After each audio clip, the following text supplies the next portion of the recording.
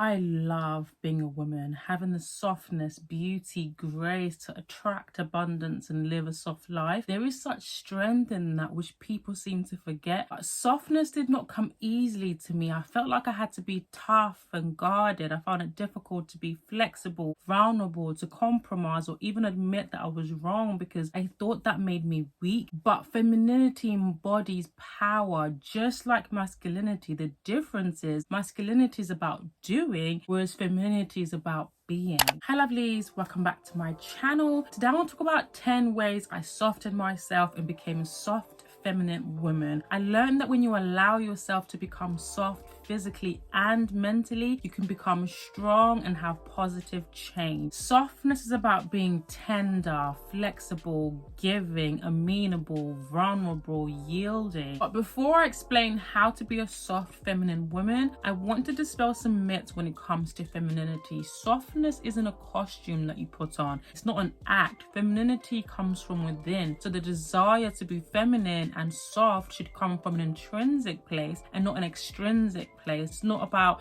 wearing pink, fully dresses and baking, but it's more about who you are at the core, the way that you carry yourself, your characteristic. Being gentle doesn't mean not having opinions or being a doormat. Sensitivity doesn't mean a lack of emotional intelligence. Femininity doesn't mean not being ambitious or assertive with your boundaries. Now that we've got that disclaimer out the way, I have put timestamps on each section just in case you want to skip and forward to a specific sections, but they're not in any particular order and they're all as important as each other. The first way I softened myself was to appreciate the roundness and softness of my body. We live in a world where different body types are glorified at different stages in life, that if we're not careful as women, we're constantly chasing unrealistic beauty standards. I fell into that trap once many times, wanting to look a certain way, wanting to have a specific body type, and if I'm being honest, for the male gaze. But what actually makes me feel feminine is how clothes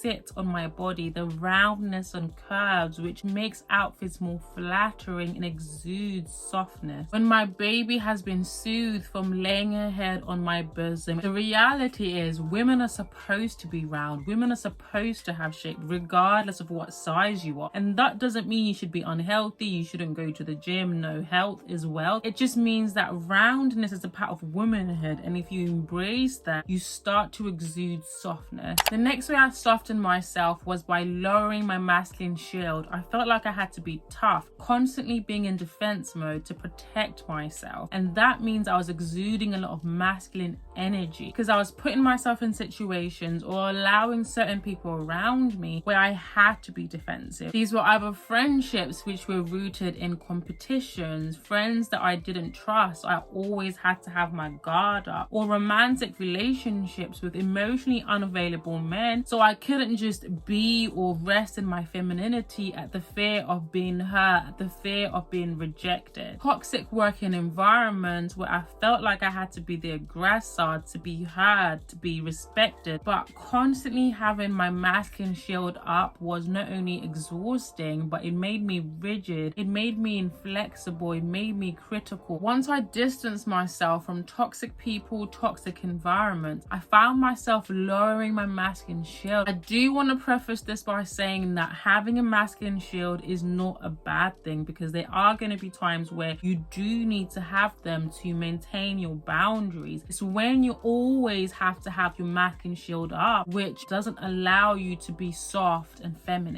The other way I softened myself was by becoming emotionally intelligent. Oftentimes when I felt wronged or upset, I'd either give the silent treatment, keep my feelings in, and they would come out in an unhealthy way. I would shout, I would scream, I would name call because I didn't know how to articulate how I was feeling. I didn't understand the power in articulating my feelings. I thought that by being the aggressor, shouting, being derogatory, that meant that I was in control. That meant that I had the power. But that's actually a sign of weakness. It made me unattractive, both as a friend and also in romantic relationships. No one wants to deal with somebody who can't articulate themselves properly, who's going to shout at them, who's going to be derogatory at them. Saying how someone has made made you feel, or how a situation has made you feel, doesn't make you weak. It doesn't make you a doormat. On the contrary, there is strength in effective communication. Saying something like, I didn't appreciate the way you spoke to me, it made me feel insignificant. Or saying something like, I'm upset that you didn't call me, it makes me feel like I'm not important. This allows you to not only express how you're feeling, it also helps with conflict resolution and maintaining healthy boundaries and healthy relationships. And I found that 8 times out of 10, people are more receptive to this way of communicating because it's more feminine, it's softer. The next way I softened myself was by being more flexible. I'm a stickler for routine and structure, things going a certain way, so much so that when things didn't go a certain way, I would be stressed, I would be frustrated, I would be irritable. Don't get me wrong, routine and structure are so important when it comes to discipline and being successful. Things are not always going to go according to plan, so being in a state of ease and flow allows you to accept when things don't go well, to be flexible when plans change, when you have to accommodate a new plan, allows you to be spontaneous. I got an opportunity to attend an event last minute, and previously I would have declined because it's too last minute, I didn't have anything to wear, I wasn't prepared, I have to look for childcare. But because I'm more flexible, I accepted the invitation, rearranged my plans. Childcare wasn't an issue, I was able to find an outfit in my wardrobe, I done my hair, I went, I had a great time, I networked, met so many amazing people, which would not have happened if I was rigid. Life does not always go the way that you want it to. There's things that can come up and you can miss out on opportunities, and also things can go wrong and you might have to be flexible and change things around. That is okay. Being in a state of ease and flow will not only make you softer, but will also make your life easier, softer, and more stress-free.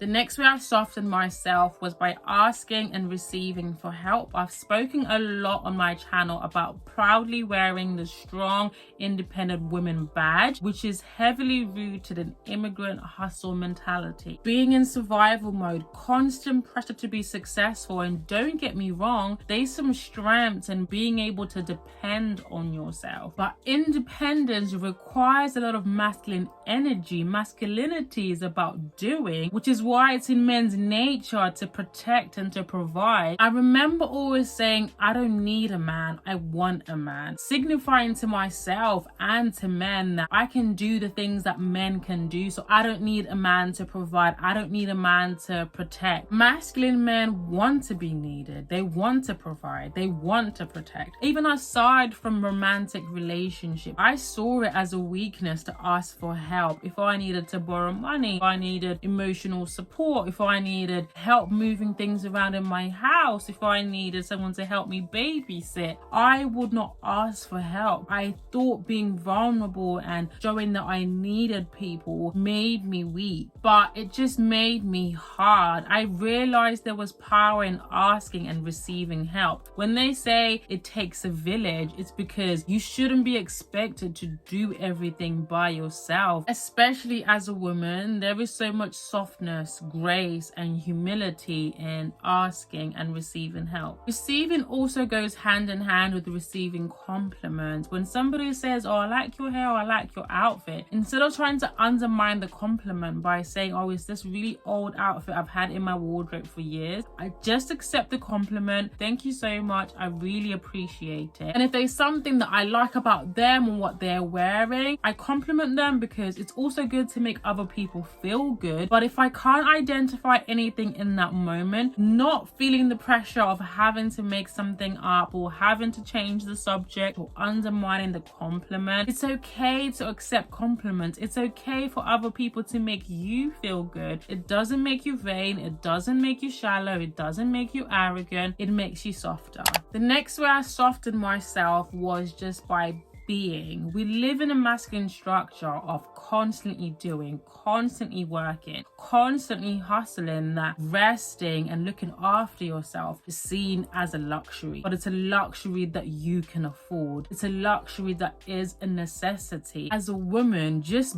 being is tapping into your femininity of attracting and not chasing. Having an abundance mindset and the understanding that hard work does not equal success. You could be working hard, working yourself to the ground, and still have nothing to show for it. I sat down and took stock of all my hard work, everything that I was doing, to try and figure out what was I actually gaining from it. And the reality was not a lot. So why was I killing myself and working myself to the ground? There is power in slowing down. There is power in just being. I have what I call my do not disturb day, where I'm just looking after myself and doing what I want to do, whether I'm in the house watching TV, or I'm taking myself out on a solo date, I go to the cinema, or I go to eat, or I do some kind of activity. The more you allow yourself as a woman to just be, the softer you become and the more you start attracting. The other way I softened myself was to become more nurturing in how I dealt and communicated with people. I used to have a tough love approach where I would instantly go into the problem solving mode. What do we need to do? How can we solve this problem? How can we make it better? If you're going through something, let's say work difficulties, and you're to go to your friend, family, or partner to vent to them, and if they start telling you of all the things that you shouldn't have done and what you actually should be doing, as opposed to listening to you, comforting you, and validating you, who would you want to go to? In that moment, they want to be comforted, they want to be validated. Again, problem solving exudes masculine energy. There's a time and a place for it. I genuinely feel that as women, our primary role is to be nurturers, is to be empathic, is to be comforters. It not only makes you softer, but it makes you magnetic and attractive. People want to be close to you because of the nurturing energy that you're exuding. I hope this video has helped you. Like the video if you want to see more videos on femininity and softness. Subscribe to the channel and hit the notification bell so you're notified every single time that I upload a video, and I will see you in an upcoming video. Mwah.